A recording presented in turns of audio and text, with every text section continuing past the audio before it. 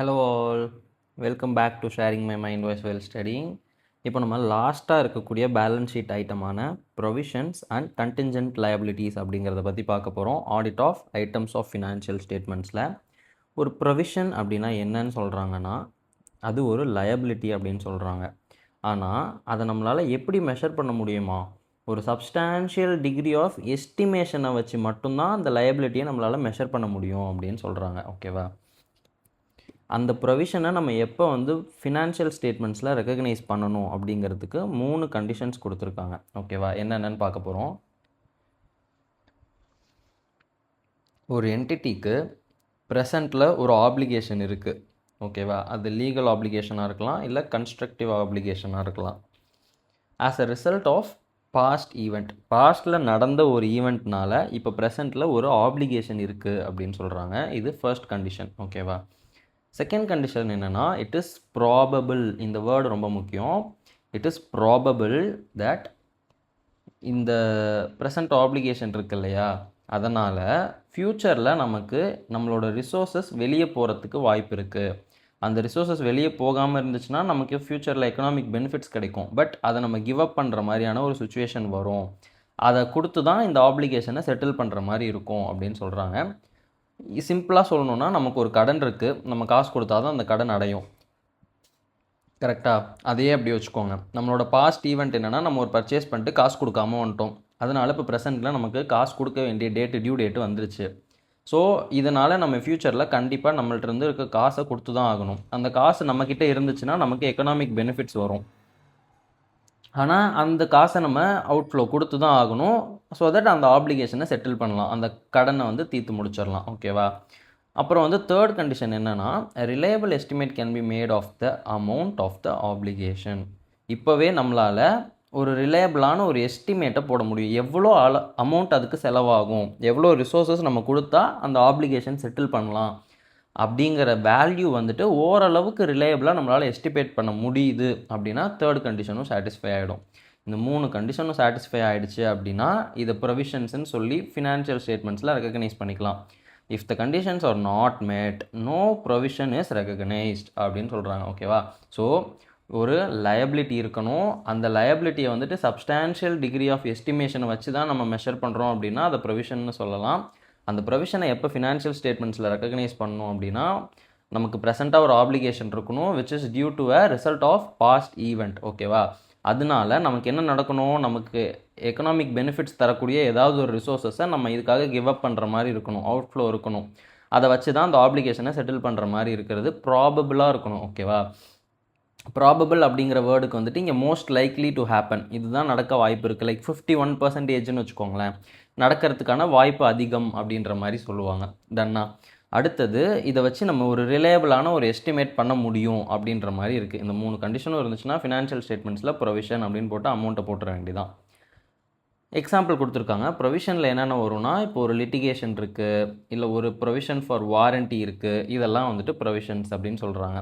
அடுத்தது கண்டின்ஜென்ட் லயபிலிட்டி. ஓகேவா? ஒரு கண்டின்ஜென்ட் லயபிலிட்டி என்ன அப்படின்றத இங்கே கொடுத்துருக்காங்க. அதை ஃபஸ்ட்டு 2 பாயிண்ட்டாக பிரித்து சொல்லியிருக்காங்க.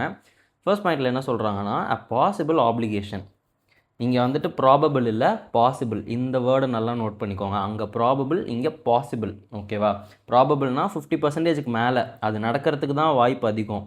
ஆனால் பாசிபிள்னால் 50% கீழே, நடக்கலாம், நடக்காமலும் போகலாம் அப்படின்ற மாதிரி. ஓகேவா? A possible application that arises from past events and whose existence will be confirmed only by the occurrence or non-occurrence of one or more uncertain future events not wholly within the control of the entity. என்ன சொல்கிறாங்க அப்படின்னா, ஒரு future application நமக்கு வர வாய்ப்பு இருக்குது. ஆனால் அது எதை பேஸ் பண்ணி இருக்குது அப்படின்னா, நம்ம என்டிட்டியோட கண்ட்ரோலில் இல்லாத ஏதோ ஒரு ஃப்யூச்சர் ஈவெண்ட் அதை பேஸ் பண்ணி தான் இருக்குது. அந்த ஃப்யூச்சர் ஈவெண்ட் நடக்கிறதும் நடக்காமல் இருக்கிறதையும் பொறுத்து தான் நமக்கு இந்த ஆப்ளிகேஷன் வருமா வராதா அப்படிங்கிறது முடிவாகும். இப்போ ஃபார் எக்ஸாம்பிள், கோர்ட்டில் ஒரு கேஸ் போயிட்டுருக்கு. நம்ம கண்ட்ரோலில் அந்த கேஸ் ஜெயிப்போமா ஜெயிக்க மாட்டோமான்றது கிடையாது. அது அந்த ஜட்ஜு முடிவு பண்ணுறது தான். கரெக்டாக? ஸோ அந்த ஜட்ஜு ஓகே அப்படின்னு சொன்னார்னா ஆப்ளிகேஷன் வரலாம், நாட் ஓகே அப்படின்னு சொன்னார்னா ஆப்ளிகேஷன் வராமல் போகலாம். இந்த மாதிரி எக்ஸாம்பிள் சொல்கிறேன். கரெக்டாக? இந்த மாதிரியான ஒரு டைமில் தான் இதை வந்து நம்ம பாசிபிள் ஆப்ளிகேஷன். ஸோ இது ஒரு கண்டிஞ்சன்ட் லயபிலிட்டி அப்படின்னு சொல்கிறோம். லயபிலிட்டினா நம்மளோட ஆப்ளிகேஷன். அது கண்டிஞ்சன்ட் அப்படின்னா நடக்கலாம், நடக்காமலும் போகலாம். ஸோ பாசிபிள் அப்படின்னு சொல்கிறாங்க. இதுதான் first point. A present application because of past event. இதை நம்ம ரெகக்னைஸ் பண்ண மாட்டோம். ஏன் அப்படின்னா இது ப்ராபபிள் இல்லை, பாசிபிள் தான். ஓகேவா? 50%க்கு மேலே நடக்க தான் வாய்ப்பு அதிகமாக இருக்குது அப்படின்னா நம்ம ரெக்கார்ட் பண்ணுறோம். இது ப்ராபபிள் கிடையாது, நாட் ப்ராபபிள் தட் அண்ட் இது வந்து இன்னும் ப்ராபபிள் ஆகலை. ஓகேவா? இப்போதைக்கு பாசிபிளில் தான் இருக்குது. ப்ராபபிள் ஆச்சுன்னா ப்ரொவிஷன் போட்டுருவோம். டெஃபினட்டாக ஆக போகுது அப்படின்னா ப்ரொவிஷன்லாம் போட மாட்டோம், லைபிலிட்டிஸ்லேயே மென்ஷன் பண்ணிவிடுவோம். ஓகேவா? இந்த அமௌண்ட் ஆஃப் இது வந்துட்டு செகண்ட் கண்டிஷன் என்னென்னா, அமௌண்ட்டை நம்மளால் சஃபிஷியன்ட் ரிலையபிலிட்டியோட மெஷர் பண்ண முடியாது. எவ்வளோ அமௌண்ட்டுன்னு சொல்லிட்டு நம்ம போடணும் இல்லையா, ப்ரொவிஷன்ஸில் போடுறோம் அப்படின்னா. ஸோ அதை நம்மளால் மெஷர் பண்ண முடியாது, அதனால் நம்ம இதை ரெக்கார்ட் பண்ண மாட்டோம் அப்படின்றாங்க. So this is the difference between provisions and contingent liability. ப்ரொவிஷன்னா ப்ராபபிள், கண்டிஞ்சன்ட் லயபிலிட்டினா பாசிபிள். இங்கே 3 கண்டிஷனும் சாட்டிஸ்ஃபை ஆச்சுன்னா புக்ஸில் போட்டுருவோம். கண்டிஞ்சன்ட் லயபிலிட்டி என்ன ஆனாலும் பேலன்ஸ் ஷீட்டில் வராது. நம்ம வந்து அதை நோட்ஸ் டு அக்கௌண்ட்ஸில் தான் டிஸ்க்ளோஸ் பண்ணுற மாதிரி இருக்கும். வெறுமனே டிஸ்க்ளோஷர் தான் பண்ணுமே தவிர கண்டிஞ்சன்ட் லயபிலிட்டி பேலன்ஸ் ஷீட்டில் என்றைக்குமே வராது. ஓகேவா? ஸோ இப்போ இதை ரெண்டுத்தையும் பற்றி தான் நம்ம ஆடிட்டாக என்ன பண்ண போகிறோம், ஆடிட்டர் இதில் என்னென்ன ப்ரொசீஜர்ஸ் ஃபாலோ பண்ணணும் அப்படின்றத இங்கே கொடுத்துருக்காங்க. ஃபஸ்ட்டு எக்ஸிஸ்டன்ஸ் சொல்கிறாங்க. பீரியட் எண்டில் இந்த ப்ரொவிஷன்ஸ்லாம் இருந்துச்சா அப்படின்றதுக்கு சிம்பிள் தான்.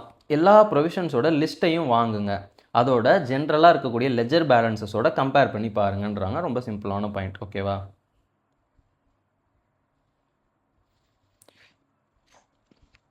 எக்ஸிஸ்டன்ஸ், கம்ப்ளீட்னஸ், வேல்யூவேஷன்லாம் அப்படியே ஒட்டி கொடுத்துருக்காங்க. பட் எதுன்னு தெரில. ஸோ நம்ம அது 3ம் இருக்குன்ற மாதிரி அண்டர்ஸ்டாண்டிங்லேயே பார்ப்போம். எக்ஸிஸ்டன்ஸ்க்கு தான் இந்த பாயிண்ட், அது வந்துட்டு ஷோராக தெரியும். அடுத்த பாயிண்ட்டை படிச்சுட்டு அது என்னன்னு பார்ப்போம்.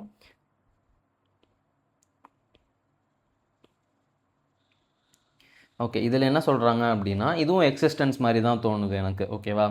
ஏதாவது அக்ரிமெண்ட்ஸ் இருக்கும் கரெக்டாக, கஸ்டமர்ஸ் கிட்டேயோ இல்லை ஏதாவது நம்ம ஒரு கமிட்மெண்ட் கொடுத்துருக்கோம், இல்லை கஸ்டமர்ஸ்கிட்ட நம்ம அக்ரிமெண்ட் போட்டிருப்போம். இந்த மாதிரி நாங்கள் வந்து வாரண்ட்டி கமிட்மெண்ட்ஸ்லாம் கொடுத்துருப்போம். இப்போ ஃபார் எக்ஸாம்பிள் நான் ஒரு செல்ஃபோன் கம்பெனி வச்சுருக்கேன், நான் விற்கிறேன், 5 இயர்ஸ் வாரண்ட்டி அப்படின்னு சொல்லி நான் அக்ரிமெண்ட் போட்டு தான் அவனுக்கு சேல் பண்ணியிருப்பேன்.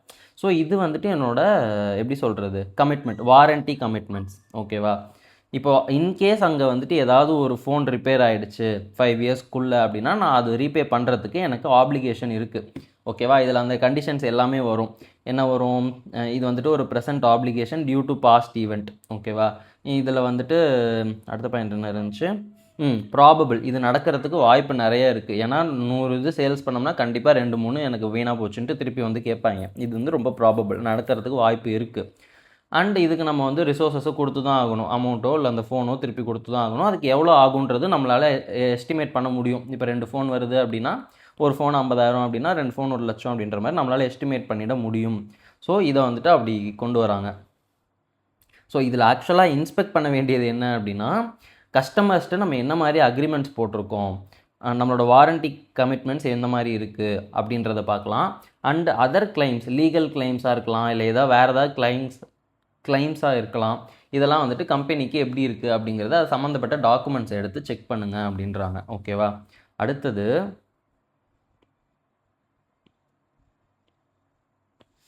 ஓகே, நம்ம வந்து ப்ரொவிஷன்ஸ் மேக் பண்ணுறோம் இல்லையா, அதுக்கு மேனேஜ்மெண்ட் ஒர்க்கிங்ஸ் போட்டிருப்பாங்க. அதை எடுத்து செக் பண்ணுங்கள், அதை வெரிஃபை பண்ணிவிட்டு கம்ப்ளீட்டாகவும் அக்யூரேட்டாகவும் இருக்கா அப்படின்றத செக் பண்ணுங்கள் அப்படின்றாங்க.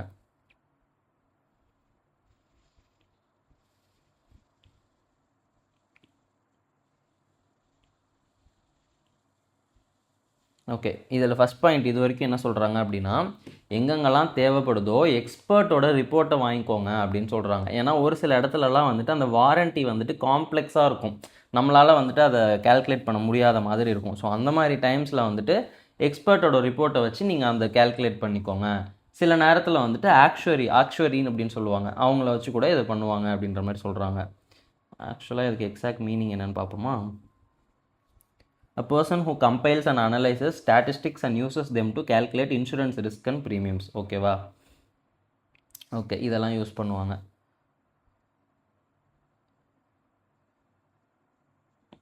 அடுத்தது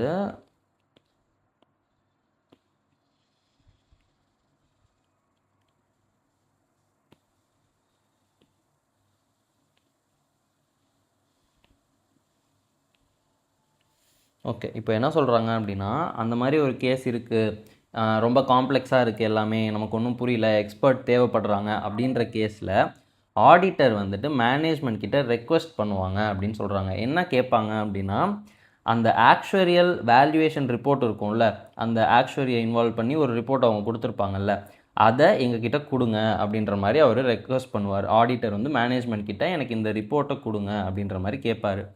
அதில் ஏதாவது ஒரு கேஸ் வந்துட்டு லீகல் டிஸ்பியூட்டில் இருக்குது அப்படின்னா ஆடிட்டர் வந்துட்டு அந்த லீகல் எக்ஸ்பர்ட் அசஸ் பண்ணியிருப்பாங்கல்ல அதை பற்றி, அதில் வந்துட்டு ஒரு லயபிலிட்டி வருமா வராதா, என்டிட்டி காசு கொடுக்குற மாதிரி இருக்குமா இருக்காதா அப்படின்னு சொல்லிட்டு ஒரு லீகல் எக்ஸ்பர்ட் வந்துட்டு அசஸ் பண்ணியிருப்பார். இந்த லீகல் டிஸ்பியூட்னால என்டிட்டிக்கு பெனால்ட்டியோ ஃபைனோ இல்லை ஏதோ ஒரு கமிட்மெண்ட்டோ பே பண்ணுற மாதிரி வருமா வராதா அப்படிங்கிற அசஸ்மெண்ட்டை ஆடிட்டர் வாங்கி பார்க்கலாம் அப்படின்னு சொல்கிறாங்க. ஓகேவா? அதாவது தெளிவாக சொல்லணுன்னா, whether probable or possible or remote as defined above. ஓகேவா? ப்ராபபிள்னா மோர் தென் 50%, பாசிபிள்னா லைக் 50%ன்னு வச்சுக்கோங்களேன். சும்மா தான் சொல்கிறேன், இது எக்ஸாக்டாக சொல்லலை. 50%ன்னு வச்சுக்கோங்க, 50-50, இதுக்கும் வாய்ப்பு இருக்குது அதுக்கும் வாய்ப்பு இருக்குது. ரிமோட்னா லெஸ் தென் 50%. ஸோ இது மூணுத்தையும் சேர்த்து பார்க்குறப்ப எனக்கு இந்த மாதிரி பர்சன்டேஜ்லாம் தோணுது. ப்ராபபிள்னா மோர் தென் 50, பாசிபிள்னா 50-50, ரிமோட்னா கம்மி, லெஸ் தென் 50. ஓகேவா? அந்த மாதிரி அந்த லீகல் எக்ஸ்பர்ட் வந்து என்ன சொல்கிறாரு, மோஸ்ட்லி பே பண்ணுற மாதிரி தான் இருக்கும், இல்லை பாசிபிள் இதுக்கும் வாய்ப்பு இருக்குது அதுக்கும் வாய்ப்பு இருக்குது, இல்லைப்பா நம்ம ஜெயிச்சிருவோம் பே பண்ணுற மாதிரிலாம் வராது, அந்த மாதிரி என்ன அசஸ் பண்ணி வச்சுருக்காரோ அதை ஆடிட்டர் வந்துட்டு வாங்கி பார்க்கணும் அப்படின்றாங்க. ஓகே, என்னதான் அந்த டேட்டாவை அவங்க வந்துட்டு அப்படி சொன்னாலும் அதுக்கு என்னென்ன அசம்ஷன்ஸ் அவங்க வச்சுருக்காங்க அப்படின்றத நம்ம செக் பண்ணணும் அப்படின்னு சொல்கிறாங்க. ஒரு சில நேரத்தில் ரொம்ப அப்சர்டாக இருக்கும் அவங்க அசம்ஷன்ஸ்லாம். அந்த மாதிரி டைமில் நம்ம வந்து அதை ரிலே பண்ணுறதை கம்மி பண்ணிக்கலாம். ஸோ அவங்க என்னென்ன அசம்ஷன்ஸ் வச்சு அந்த ஒரு முடிவுக்கு வந்திருக்காங்க அப்படிங்கிறத நம்ம பார்க்கணுன்றாங்க. பாருங்கள், ஒரு ஆடிட்டராக இருந்தால் ஒரு எக்ஸ்பர்ட்டை கூட நம்பக்கூடாதுன்றாங்க. நைஸில். அடுத்தது,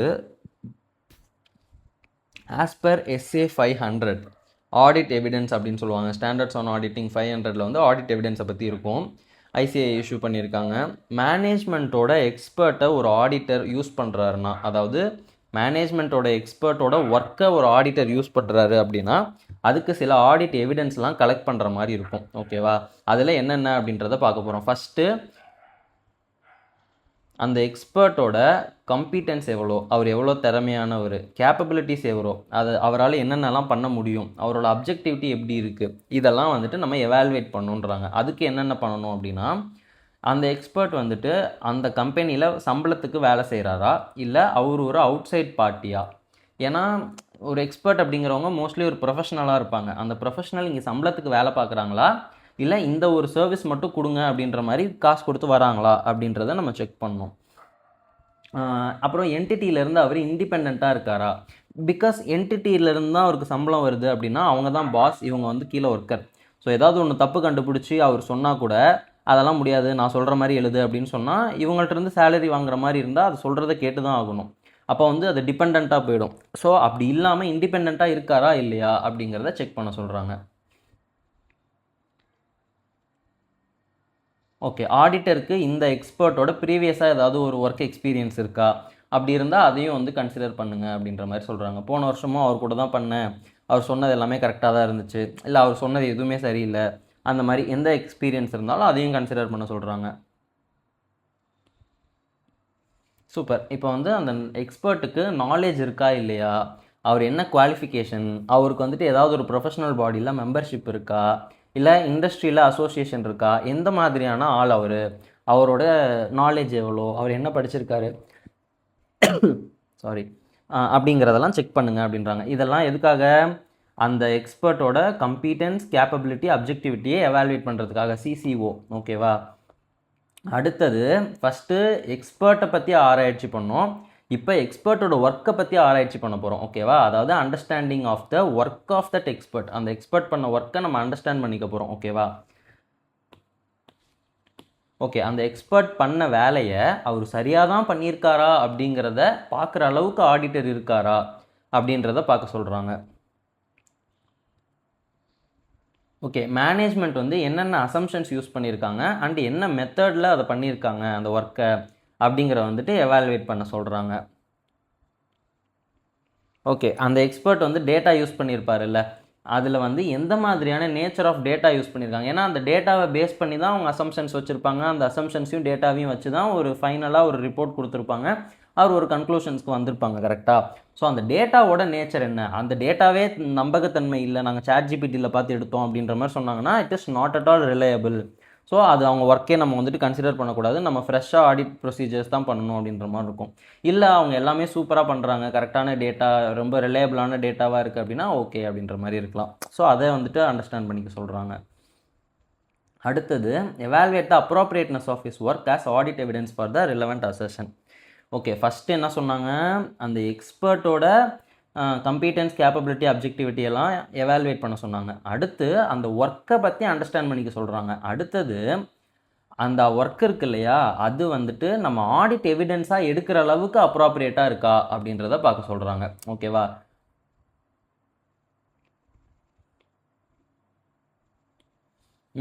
அந்த எக்ஸ்பர்ட் வந்துட்டு ஏதாவது ஒன்று கண்டுபிடிச்சிருப்பாரு, இல்லை ஏதாவது ஒரு கன்க்ளூஷனுக்கு வந்திருப்பார் இல்லையா, அது ரெலவெண்ட்டாக இருக்கா, ரீசனபிளாக இருக்கா அப்படின்றத பார்க்க சொல்கிறாங்க. ஓகே, மறுபடியும் அந்த சோர்ஸ் டேட்டாவுக்கு தான் வராங்க. அவர் ஒரு சோர்ஸ் டேட்டாவை யூஸ் பண்ணி தான் அவர் வந்து ஒரு கன்க்ளூஷனுக்கோ ஒரு ஃபைண்டிங்ஸ்க்கோ வந்திருப்பார். கரெக்டாக? அந்த சோர்ஸ் டேட்டா ரெலவெண்ட்டாக இருக்கா, கம்ப்ளீட்டாக இருக்கா, அக்யூரஸியாக இருக்கா அப்படின்றத பார்க்க சொல்கிறாங்க. அடுத்த பாயிண்ட் என்னென்னா, ஓகே சூப்பர், நம்ம இதெல்லாம் என்ன தான் செக் பண்ணாலும் மேனேஜ்மெண்ட் கிட்ட ஒரு ரிட்டன் ரெப்ரசன்டேஷன் வாங்கிக்கணும் அப்படின்னு சொல்கிறாங்க. எதுக்கு ரிட்டன் ரெப்ரசன்டேஷன் அப்படின்னா, நம்ம எவ்வளோ செக் பண்ணாலும் அதுதான் 100% அப்படிங்கிறது மேனேஜ்மெண்ட் சொல்லாமல் நமக்கு தெரிய வாய்ப்பு இல்லை. ஸோ அவங்களுக்கு தான் தெரியும் எந்தெந்த விஷயத்துக்கெல்லாம் ப்ரொவிஷன்ஸ் போடுறதுக்கு வாய்ப்பு இருக்குது, இந்த மாதிரி வர வாய்ப்பு இருக்குது அப்படி. ஏன்னா இது ஃப்யூச்சர் ரிலேட்டட், இது மாதிரி எனக்கு ஒரு லயபிலிட்டி வரலாம், வராமலும் போகலாம் அப்படின்ற இடத்துல நமக்கு அவ்வளோ ஆடிட் எவிடன்ஸ் கிடைக்காது. ஸோ மேனேஜ்மெண்ட்டோட ரெஸ்பான்சிபிலிட்டி அதுக்கு ப்ரொவிஷன் போட வேண்டியது. ஸோ அவங்கக்கிட்ட ஒரு ரிட்டன் ரெப்ரசன்டேஷன் வாங்கிக்கணும். எதுக்கெல்லாம் நாங்கள் ப்ரொவிஷன்ஸ் போடணுமோ அதுக்கு எல்லாத்துக்கும் நாங்கள் ப்ரொவிஷன் போட்டுட்டோம் அப்படின்னு மேனேஜ்மெண்ட் மனசாட்சியோடு எழுதி கொடுங்கப்பா அப்படின்னு சொல்லி ஒரு ரிட்டன் ரெப்ரசன்டேஷன் வாங்கி வச்சுக்கோங்க அப்படின்னு சொல்கிறாங்க. ஓகேவா? அடுத்தது டிஸ்க்ளோஷர். எனக்கு தெரிஞ்சு இந்த பாயிண்ட் வந்துட்டு கம்ப்ளீட்னஸ்க்காக இருக்கலாம். ஓகே, இதில் எது கம்ப்ளீட்னஸ் எது வேல்யூவேஷன் தெரில. ஸோ எல்லாமே மிக்ஸ் பண்ணி கொடுத்துட்டாங்களா என்னன்னு தெரில, பட் ஓகே தான். அடுத்தது டிஸ்க்ளோசர்ஸ் ரிலேட்டடாக பார்க்குறோம். As usual Schedule 3 Part 1 of the companies act 2013 long term ப்ரொவிஷன்ஸ்க்கு என்னென்ன கொடுத்துருக்காங்க அப்படின்னா, provision for employee benefits others. ஓகேவா? அந்த எம்ப்ளாயி பெனிஃபிட்ஸை தனியாக காட்டுங்க, மற்றது எல்லாத்தையும் தனியாக காட்டுங்க அப்படின்ட்டாங்க. ஓகே, ஷார்ட் டேர்முக்கும் அதே தான். ஷார்ட் டேர்மில் provision for employee benefits others, இது ரெண்டுத்தையும் தனித்தனியாக காட்டுங்க அப்படின்ட்டாங்க. அடுத்தது கண்டிஞ்சன்ட் லயபிலிட்டிஸ் அண்ட் கமிட்மெண்ட்ஸ். ஓகேவா? எதுக்கெல்லாம் வந்துட்டு ப்ரொவிஷன் போடலையோ அது மட்டும்தான் இங்கே வரணும் அப்படின்றத சொல்கிறாங்க. ஓகேவா? கண்டிஞ்சன்ட் லயபிலிட்டிஸை எப்படி கிளாஸிஃபை பண்ணுறாங்க அப்படின்னா, ஓகே, நம்ம கம்பெனிக்கு அகைன்ஸ்டாக என்னென்ன கிளைம்ஸ் இருக்குது அது டெட்டாக இல்லாமல் இருக்கிறது. ஏன்னா டெட்டாக இருக்கிறது எல்லாமே வந்துட்டு நம்ம பாரோயிங்ஸில் இல்லை வந்துட்டு லைபிலிட்டிஸில் வேறு ஏதாவது ஒரு பேரில் போட்டுருவோம். கரெக்டாக? ஸோ அந்த மாதிரி இல்லாமல், டெட்டு இல்லாமல் நம்ம கம்பெனிக்கு அகைன்ஸ்டாக என்னென்ன கிளைம்ஸ் இருக்குது. கிளைம்ஸ்னால் எனக்கு நீ இன்னும் இவ்வளோ அமௌண்ட் தர வேண்டியது இருக்குது, நீங்கள் இன்னும் இவ்வளோ ஃபைன் கட்ட வேண்டியது இருக்குது, இவ்வளோ பெனால்ட்டி தர வேண்டியது இருக்குது அப்படின்னு யாராவது கிளைம் பண்ணுறாங்க அப்படின்னா அதெல்லாம் இந்த இடத்துல வரும், டெட்டை தவிர மற்ற எல்லாமே. ஓகேவா? அப்புறம் எதுக்கெல்லாம் நம்ம கேரண்டிஸ் கொடுத்துருக்கோம் அப்படிங்கிறது. வேறு எவ்வளோ அமௌண்ட்டுக்கு வந்துட்டு கம்பெனி வந்து கண்டிஞ்சன்ட்லி லயபிள் அப்படின்றது வேறு ஏதாவது இருந்தால். கமிட்மெண்ட்ஸ் இப்போ வந்து ஃபஸ்ட்டு பார்த்தோம் கண்டிஞ்சன்ட் லயபிலிட்டிஸ். ஓகேவா? அடுத்தது கமிட்மெண்ட்ஸாக அடுத்தது சொல்கிறாங்க. Contingent liability possible. ஓகேவா? நடக்கலாம், நடக்காமலும் போகலாம். கமிட்மெண்ட்ஸ் அப்படிங்கிறது அதுவும் கிட்டத்தட்ட அப்படி தான், பட் நம்ம கமிட்மெண்ட்ஸ் கொடுத்து வச்சுருக்கோம், இதை நான் செய்வேன் அப்படின்ற மாதிரி. ஓகேவா? அதில் என்னென்ன அப்படின்னா, ஓகே, நம்ம என்னென்ன கான்ட்ராக்ட்ஸ் எல்லாம் நம்ம வந்துட்டு இன்னும் எக்ஸிக்யூட் பண்ணாமல் ரிமைனிங் வச்சுருக்கோமோ ஆன் கேபிட்டல் அக்கௌண்ட் அப்படின்னு சொல்கிறாங்க. இதுக்கு ப்ரொவிஷனும் போடலை அப்படின்ற பட்சத்தில் அது எவ்வளோ எஸ்டிமேட் பண்ணியிருக்கோமோ அந்த அமௌண்ட்டை டிஸ்க்ளோஸ் பண்ண சொல்கிறாங்க. நம்ம இன்னும் எக்ஸிக்யூட் பண்ணாமல் மிச்சம் வச்சுருக்க கான்ட்ராக்ட்ஸோட எஸ்டிமேட்டை டிஸ்க்ளோஸ் பண்ண சொல்கிறாங்க. ஓகேவா? அது ப்ரொவிஷன் போட்டிருந்தா இங்கே பண்ண தேவையில்ல, ப்ரொவிஷன் போடாததுக்கு தான் இது. ஓகேவா? அப்புறம் uncalled liabilities on shares and other investment partly paid. ஓகேவா? இப்போ வந்துட்டு நமக்கு கமிட்மெண்ட் இருக்கும். இப்போ ஃபார் எக்ஸாம்பிள் 10 ரூபா ஷேரு, ஃபஸ்ட்டு கால் அப்ளிகேஷன் பண்ணி 4 ரூபா கொடுத்துருக்கோம்னு வச்சுக்கோங்க. ஃபஸ்ட் கால் 2 ரூபா கொடுத்துட்டோம். மிச்சம் எவ்வளோ 4 ரூபா வந்துட்டு அவங்க எப்போ கால் பண்ணுறாங்களோ நம்ம பே பண்ணுற மாதிரி இருக்கும். ஸோ அந்த மாதிரி அன்கால்டு லைபிலிட்டி இன்னும் எவ்வளோ இருக்குது அப்படின்றத தனியாக காட்ட சொல்கிறாங்க. அப்புறம் வேறு ஏதாவது கமிட்மெண்ட்ஸ் இருந்துச்சுன்னா அதோட நேச்சரை ஸ்பெசிஃபை பண்ணி அதை தனியாக காட்டுங்க அப்படின்றாங்க. அடுத்தது AS 29 நமக்கு தெரியும், provisions contingent liabilities and contingent assets அப்படின்னு சொல்லிட்டு. அதில் ஃபாலோயிங் டிஸ்க்ளோசர்ஸ் நம்ம வந்து பண்ணியிருக்கோமா இல்லையா அப்படிங்கிறத செக் பண்ண சொல்கிறாங்க. ஒவ்வொரு கிளாஸ் ஆஃப் ப்ரொவிஷனுக்கும் ஒரு கம்பெனி என்னென்ன டிஸ்க்ளோஸ் பண்ணும் அப்படிங்கிறத சொல்கிறாங்க. நம்ம கண்டிஞ்சன்ட் லைபிலிட்டி கமிட்மெண்ட்ஸ்லாம் முடிச்சுட்டு இப்போ AS 29 வந்து ப்ரொவிஷனை பற்றி பார்க்க ஆரம்பிச்சிட்டோம். ஓகேவா? ஓகே, அந்த ப்ரொவிஷனோட பிகினிங்கில் எவ்வளோ இருந்துச்சு, எண்டில் எவ்வளோ இருந்துச்சு. ஓகேவா? நம்ம மற்றதெல்லாம் வந்துட்டு ஏஜிங் ஸ்கெடியூல் அப்படின்னு சொல்லி பார்த்துருப்போம். Opening balance, addition, deletions, closing பேலன்ஸுன்ட்டு. இங்கே ப்ரொவிஷன்ஸில் வந்துட்டு பிகினிங் அண்ட் எண்டை வந்துட்டு டிஸ்க்ளோஸ் பண்ணுங்கள். கேரியிங் அமௌண்ட் அப்படின்றாங்க அந்த டேர்ம். ஓகேவா? அதை வந்து அவங்க ஓப்பனிங் அண்ட் க்ளோசிங் தனியாக சொல்லிட்டு கீழே அடிஷன் சொல்கிறாங்க. ஓகேவா? அடிஷன் இங்கே இருக்கா, அப்போ டெலிஷன் கண்டிப்பாக இங்கே இருக்கும்னு நினைக்கிறேன். அடிஷ்னல் ப்ரொவிஷன்ஸ், அந்த பீரியடில் எவ்வளோ அடிஷ்னலாக ப்ரொவிஷன்ஸ் வந்து மேட் பண்ணியிருக்காங்க அப்படிங்கிறது வரணும்.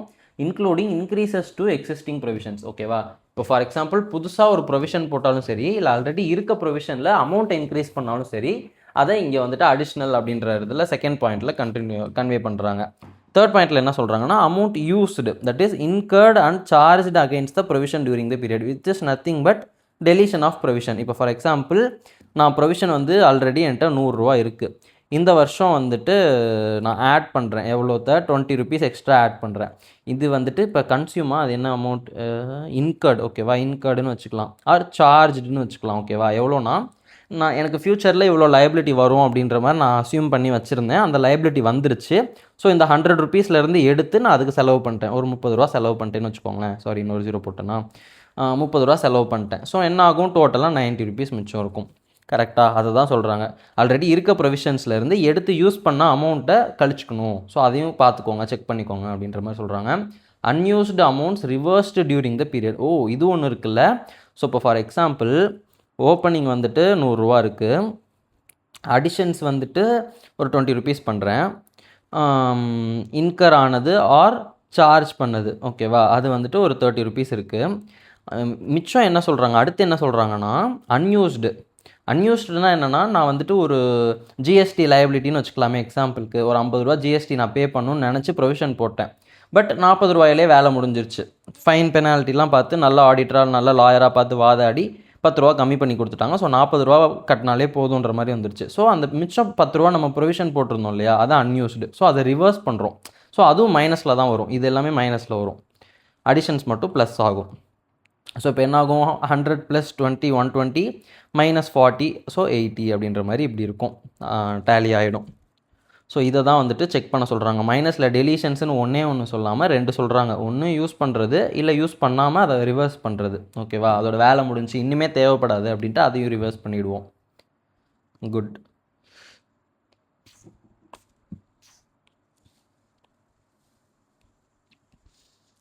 ஓகே, மேலேயும் இதானே சொல்லியிருந்தாங்க. For each class of provision and enterprise shall டிஸ்க்ளோஸ்ன்னு சொல்லி தான் இந்த 4 பாயிண்ட் கொடுத்துருக்காங்க. For each class of provision and enterprise shall disclose the following மறுபடியும் கொடுத்துருக்காங்க. ஸோ என்னென்னு புரியல, பார்ப்போம்.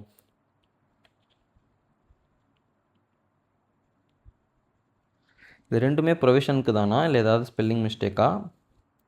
ஏன்னா ப்ரொவிஷன்ஸ் முடிஞ்சதுக்கப்புறம் கண்டிஞ்சன்ட் லைபிலிட்டிஸ் வரும்னு நான் நினச்சேன். பட் மறுபடியும் ப்ரொவிஷன் பற்றியே வர மாதிரி இருக்குது. For each class of provision இதெல்லாம் பண்ணணும். சரி, நம்ம உள்ளே என்ன இருக்குன்னு படித்து பார்ப்போம். அதில் நமக்கு எதாவது புரிஞ்சுதுன்னா ஓகே, இது ப்ரொவிஷனாக இருக்காதுன்ற மாதிரி தோணுதான்னு பார்ப்போம்.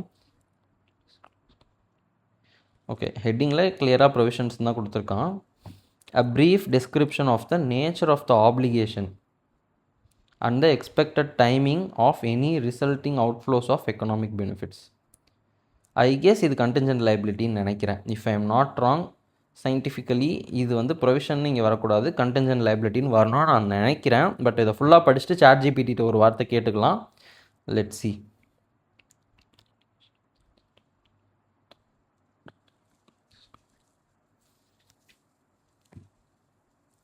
ஓகே, இதில் என்னென்ன அன்சர்டனிட்டிஸ் இருக்குது,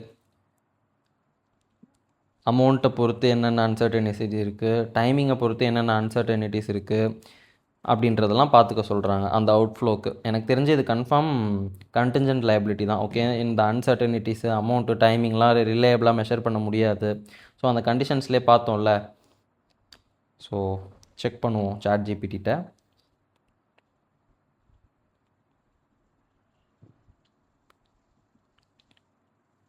ஓகே, ஃப்யூச்சர் ஈவெண்ட்ஸை வச்சு நம்ம என்னென்ன அசம்ஷன்ஸ் மேக் பண்ணோம் அப்படின்றத பற்றி டிஸ்க்ளோஸ் பண்ணோம் அப்படின்ற மாதிரி சொல்கிறாங்க. அது தேவையாக இருக்கும் பட்சத்தில்.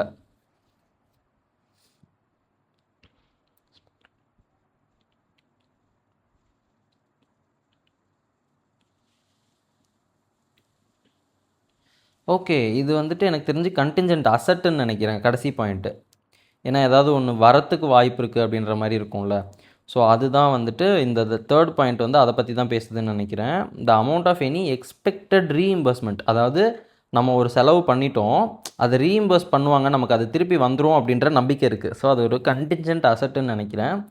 Stating the amount of any asset that has been recognised for that expected reimbursement.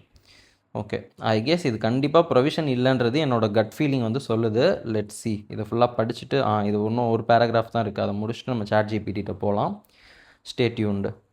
Unless the possibility of an outflow in settlement is remote, அதாவது நம்ம வந்து பணம் கொடுத்து அந்த செட்டில் பண்ணுவோம் அப்படிங்கிறது லெஸ் தேன் 50% தான் ப்ராபபிலிட்டி இருக்குது அப்படின்ற பட்சத்தை தவிர மற்ற எல்லா நேரத்துலையும் ஒரு என்டர்பிரைஸ் என்ன பண்ணணும் அப்படின்னா அதை டிஸ்க்ளோஸ் பண்ணணும் அப்படின்றத சொல்கிறாங்க. ஈச் கிளாஸ் ஆஃப் கண்டின்ஜென்ட் லைபிலிட்டியை நம்ம சொல்லணும். ரொம்ப வாய்ப்பே ரொம்ப கம்மியாக தான் இருக்குது, நம்ம காசு கட்டுற மாதிரிலாம் வரவே வராது, அதோட பாசிபிலிட்டி ரொம்ப கம்மி அப்படின்ற பட்சத்தில் சரி ஓகே அப்படின்னு சொல்லிட்டு விட்டுறலாம். பட் 50-50 சான்ஸ் இருந்தால் கூட அதை நம்ம டிஸ்க்ளோஸ் பண்ணணும், யூசர்ஸ்க்கு அது தெரியணும், இப்படி ஒன்று நடக்க வாய்ப்பு இருக்குது அப்படின்றத நீ டிஸ்க்ளோஸ் பண்ணு. நடக்குமா நடக்காதான்றதெல்லாம் அவங்க முடிவு பண்ணிக்கிட்டோம், இப்படி ஒன்று நடந்தாலும் நடக்கலாம், வாய்ப்பு இருக்குது அப்படிங்கிறத நீ டிஸ்க்ளோஸ் பண்ணு அப்படின்றாங்க. அதோட டெஸ்கிரிப்ஷன்லாம் கொடுத்து அது எந்த மாதிரி நேச்சர் ஆஃப் கண்டின்ஜென்ட் லைபிலிட்டி அந்த மாதிரி இருக்கிறதையும் சேர்த்து டிஸ்கிரைப் பண்ணுங்கள் அப்படின்ற மாதிரி சொல்கிறாங்க. எங்கெல்லாம் ப்ராக்டிகபிளோ அங்கெல்லாம் வந்து இந்த மூணுத்தையும் சேர்த்து டிஸ்க்ளோஸ் பண்ண சொல்கிறாங்க. ஒரு எஸ்டிமேட் போட்டு சொல்லுங்கள், அதோட ஃபினான்ஷியல் எஃபெக்ட் இருக்கும், எப்படி இருக்கும். ஃபார் எக்ஸாம்பிள், இப்போ இந்த கேஸை ஜெயிச்சோம்னா நமக்கு வந்துட்டு ஒன்றும் பிரச்சனை இல்லை, கேஸை தோற்றோம்னா ஒரு 50 lakhs ஃபைன் கட்டுற மாதிரி இருக்கும். இது வந்து எஸ்டிமேட் பண்ணி இப்போதைக்கு சும்மா சொல்கிறோம் அப்படின்ற மாதிரி ஒரு எஸ்டிமேட்டோடு சேர்த்து டிஸ்க்ளோஸ் பண்ணுங்கள் அப்படின்றாங்க. நம்மளோட அவுட்ஃப்ளோக்கு ஏதாவது அன்சர்டனிட்டிஸ் இருக்கா அப்படிங்கிறதே ஏதாவது அதுக்கு ஏதாவது இண்டிகேஷன்ஸ் இருக்கான்றதையும் டிஸ்க்ளோஸ் பண்ண சொல்கிறாங்க. அப்புறம் வந்துட்டு இது பாசிபிலிட்டி ஆஃப் எனி ரீஇம்பர்ஸ்மெண்ட், இது வந்துட்டு கண்டின்ஜென்ட் அசட்டுக்குன்னு நினைக்கிறேன். நமக்கு இதில் ஏதாவது ரீஇம்பர்ஸ், அதாவது இப்போ வந்துட்டு ஒரு இன்சூரன்ஸ் போட்டு வச்சுருக்கோன்னு வச்சுக்கோங்களேன். ஸோ வந்து நமக்கு ஃபயர் தெஃப்ட் ஆகிடுச்சு, நமக்கு ப்ராபப்ளி நமக்கு வந்து அதில் அமௌண்ட் வரும், அதில் எவ்வளோ அமௌண்ட் ரீஇம்பர்ஸ் ஆகும் அப்படின்ற ஒரு பாசிபிலிட்டி. ஓகேவா, இதெல்லாம் வந்துட்டு நீங்கள் பாசிபிலிட்டி இருக்கா இல்லையான்றதையும் டிஸ்க்ளோஸ் பண்ணுங்கன்றாங்க. ஓகே, இப்போ மேலே சொன்ன பேராகிராஃபில் ஏதாவது ஒரு அமௌண்ட்டை வந்து நம்மளால் ப்ராக்டிகபிளாக டிஸ்க்ளோஸ் பண்ண முடியாது அப்படின்ற காரணத்தினால டிஸ்க்ளோஸ் பண்ணாமல் இருந்தால் அந்த ஃபேக்டை டிஸ்க்ளோஸ் பண்ணுங்கன்றாங்க. அப்படின்னா என்ன, இந்த மாதிரி இந்த பேராகிராஃபில் எங்களை இதெல்லாம் டிஸ்க்ளோஸ் பண்ண சொல்லியிருந்தாங்க, பட் இதெல்லாம் வந்துட்டு இப்போதைக்கு ப்ராக்டிகபிளாக நம்மளால் வந்து டிஸ்க்ளோஸ் பண்ண முடியாது. ஏன் டிஸ்க்ளோஸ் பண்ண முடியாதுன்னா அதை கண்டுபிடிக்க முடியாது, எவ்வளோ அமௌண்ட்டுங்கிறத ஒரு எஸ்டிமேட் கூட பண்ண முடியாத ஒரு டைமில் இருக்கும். அந்த கேஸ்லாம் போய் அடுத்து என்னன்றது அவங்க ரிசர்ச்லாம் பண்ணி ஒரு ரிப்போர்ட் கொடுத்தா தான் அது எவ்வளோன்றதே நம்மளால் ஒரு எஸ்டிமேட்டாவது பண்ண முடியும். இப்போதைக்கு எஸ்டிமேட் கூட பண்ண முடியாது, அதனால் நாங்கள் டிஸ்க்ளோஸ் பண்ணலை அப்படின்ற ஃபேக்டை டிஸ்க்ளோஸ் பண்ணுங்கள். நாங்கள் டிஸ்க்ளோஸ் பண்ணணும், பட் இப்போதைக்கு அது ப்ராக்டிகபிள் இல்லை, அதனால் நாங்கள் டிஸ்க்ளோஸ் பண்ணலை அப்படிங்கிற ஃபேக்டை மட்டும் டிஸ்க்ளோஸ் பண்ணுங்கள் அப்படின்றாங்க. ஓகேவா, அவ்வளோதான். இது other regulatory information, additional regulatory information பார்ப்போம் இல்லையா, அதை வந்துட்டு கொடுத்துருக்காங்க. இப்போ வந்து இது ரிலேட்டடாக பினாமி ப்ராப்பர்ட்டி ஏதாவது வச்சுருந்தாங்க அப்படின்னா அது பற்றி என்ன சொல்கிறாங்க அப்படின்னா, ஓகே, அந்த கம்பெனிக்கு அகெயின்ஸ்டாக ஏதாவது ஒரு ப்ரொசீடிங்ஸ்னால் லீகல் ப்ரொசீடிங்ஸ், கோர்ட்டில் கேஸ் போகிறது, அது இனிஷியேட் ஆகி இல்லை பெண்டிங்கில் இருந்துச்சு அப்படின்னா அண்டர் திஸ் ஆக்ட், ஓகேவா, அந்த கம்பெனி அது சம்மந்தமாக என்னென்ன டிஸ்க்ளோஸ் பண்ணணுன்னா, எந்த ப்ராப்பர்ட்டி கேஸில் போயிட்டுருக்கு, அதோட இயர் ஆஃப் அக்யூசிஷன் என்ன, எந்த வருஷம் வாங்கினது, அதோட அமௌண்ட் என்ன டோட்டலாக, யார் யாரெல்லாம் அதில் சம்மந்தப்பட்டிருக்கு, அதோட பெனிஃபிஷியரிஸ் யார், இந்த ப்ராப்பர்ட்டி வந்து நம்ம ஃபினான்ஷியல் ஸ்டேட்மெண்ட்ஸில் இருக்குது அப்படின்னா அது பேலன்ஸ் ஷீட்டில் எந்த ஐட்டமில் இருக்குதுன்னு அதுக்கு ஒரு ரெஃபரன்ஸ் கொடுக்கணும். இன்கேஸ் நம்ம புக்ஸில் ஃபினான்ஷியல் ஸ்டேட்மெண்ட்ஸில் பேலன்ஸ் ஷீட்டில் இல்லை அந்த ப்ராப்பர்ட்டி அப்படின்னா ஏன் இல்லை அப்படிங்கிறத ரீசனோட ஸ்டேட் பண்ணணும்னு சொல்கிறாங்க.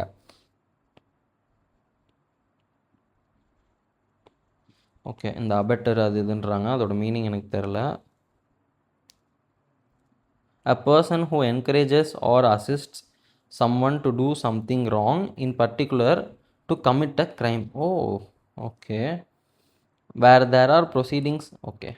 Where there are proceedings against the company under this law as an abettor of the transactions or as the transferor, then the details shall be provided. Okay, இருந்தாலும் நம்ம ஏன் அசம்ஷன்ஸ்க்கு போய்கிட்டு, நமக்கு தான் இருக்கிறதே இருக்குது ChatGPT.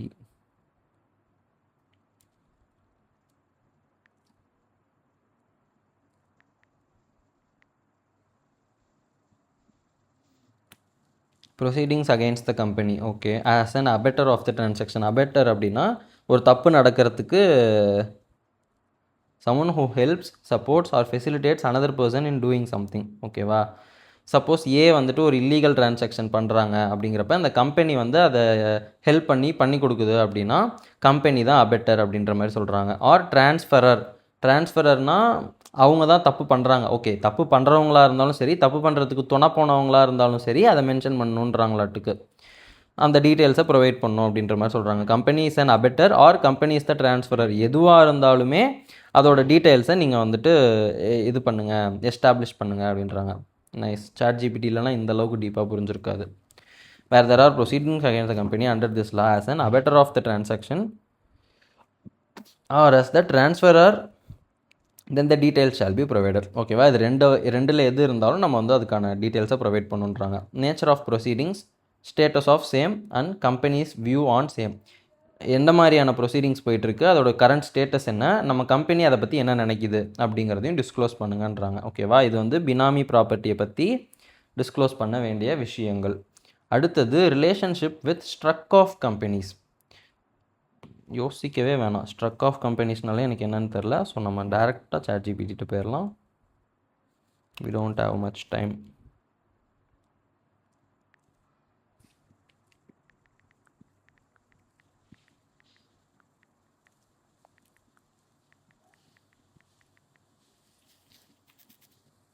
ஸ்ட்ரக் ஆஃப் கம்பெனி அப்படின்னா register of companies அப்படின்னு சொல்லி ஆர்ஓசியில் மெயின்டைன் பண்ணுவாங்கல்ல, இந்தந்த கம்பெனிஸ் தான் இப்போ எக்ஸிஸ்டன்ஸில் இருக்குது அப்படின்னு சொல்லிட்டு, அதிலிருந்து அவங்க பேரை ரிமூவ் பண்ணிட்டாங்கன்னா அவங்க தான் ஸ்ட்ரக் ஆஃப் கம்பெனிஸ் அப்படின்னு சொல்கிறாங்க. சிம்பிளாக சொல்லணுன்னா companies officially removed from ROC. Okay, ஏன்னா அது வந்து இப்போ ஆப்ரேஷனில் இல்லை. அது எதனால் இருக்கலாம் அப்படின்னா, யூஸ்வலாக ஏதாவது ஒரு ரூலை கம்ப்ளை பண்ணாமல் இருக்கலாம், or because it is not carrying on business, இல்லைனா உண்மையாலுமே அவங்க பிஸ்னஸே பண்ணாமல் இருக்கலாம். ஓகேவா, இதுதான் வந்துட்டு ஸ்ட்ரக் ஆஃப் கம்பெனி. ஓகே, அந்த மாதிரி கம்பெனிஸோட நமக்கு என்ன சம்மந்தம், உனக்கும் உனக்கு என்னடா பேச்சுவார்த்தை அப்படின்றத கேட்குறாங்க. ஓகேவா, ஓகே, நம்ம ஸ்ட்ரக் ஆஃப் கம்பெனிஸ் கூட ஏதாவது டிரான்சாக்ஷன்ஸ் வச்சுருந்தோம் அப்படின்னா அதை பற்றி இந்த டீட்டெயில்ஸ்லாம் கொடுங்கன்றாங்க. ஃபஸ்ட்டு பேரை போடுங்கன்றாங்க. அப்புறம் என்ன மாதிரி நேச்சர் ஆஃப் டிரான்சாக்ஷன்ஸ் உங்களுக்கும் அந்த ஸ்ட்ரக் ஆஃப் கம்பெனிக்கும் இருக்குது அப்படின்றத கேட்குறாங்க. ஓகேவா, இன்வெஸ்ட்மெண்ட் பண்ணியிருக்கோம் அந்த ஸ்ட்ரக் ஆஃப் கம்பெனியோட அசட்ஸில், அதாவது ஷேர்ஸில், டிபெஞ்சர்ஸில் அப்படின்னா இதில் வரும்.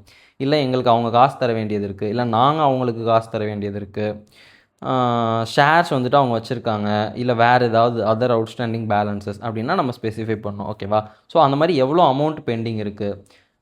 Relationship with the struck off company if any to be disclose. Okay, நமக்கும் அவங்களுக்கும் ஏதாவது ரிலேஷன்ஷிப் இருக்குது, எங்கள் டேரக்டர் அவங்க டேரக்டர் ஒரே டேரக்டர் அந்த மாதிரி, இல்லை நாங்கள் வந்துட்டு அதோட ஹோல்டிங் கம்பெனி, சப்சிடரி கம்பெனி, இல்லை சப்ஸ்டான்ஷியல் ஏதோ ஒன்று இருக்கும்பாங்களே, அந்த மாதிரி ஏதாவது ரிலேஷன்ஷிப் இருந்துச்சு அப்படின்னா அதெல்லாம் இங்கே டிஸ்க்ளோஸ் பண்ணுங்கள் அப்படின்றாங்க.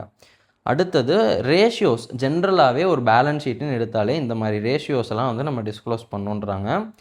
அது என்னென்ன அப்படின்னா current ratio, debt equity ratio, debt service coverage ratio, அதாவது டிஎஸ்சிஆர்னு சொல்லுவோம்ல, and return on equity ratio, inventory turnover ratio, trade receivable turnover ratio, trade payable turnover ratio, net capital turnover ratio, net profit ratio, return on capital employed, return on investment. The company shall explain the items included in numerator and denominator for computing the above ratios. நீங்கள் ratio மட்டும் போட்டால் பத்தாது, எது divided by எது போட்டிருக்கீங்க அப்படிங்கிறத எக்ஸ்பிளைனும் பண்ணுங்க அப்படின்றாங்க. Further explanation shall be provided for any change in ratio by more than 25% as compared to the preceding year. போன வருஷம் 100 இருந்தது, இந்த வருஷம் 125க்குள்ளே இருந்துச்சுன்னா பிரச்சனை இல்லை. 150 போகுது அப்படின்னா 25%க்கு மேலே வந்துட்டு உங்களுக்கு இன்க்ரீஸ் ஆகிருக்கு. ஸோ அதை நீங்கள் எக்ஸ்பிளைன் பண்ணணும், எதனால் இவ்வளோ இன்க்ரீஸ் ஆகிருக்கு அப்படிங்கிறத நீங்கள் எக்ஸ்பிளைன் பண்ணுங்கள் அப்படின்றாங்க. இதெல்லாம் தான் வந்துட்டு நம்ம டிஸ்க்ளோஸ் பண்ண வேண்டியது. அண்ட் ஓகே கைஸ், இதோட நமக்கு வந்து ப்ரொவிஷன்ஸ் அண்ட் கண்டின்ஜென்ட் லைபிலிட்டிஸ் அண்ட் ஜென்ரலாக வந்து ஒரு பேலன்ஸ் ஷீட்டில் என்னென்ன அடிஷ்னலாக டிஸ்க்ளோஸ் பண்ணணும் அப்படிங்கிறது எல்லாமே வந்து நம்ம பார்த்துட்டோம். ஓகே, நெக்ஸ்ட் வீடியோவில் நான் வந்து உங்களை மீட் பண்ணுறேன். until then, spread positivity.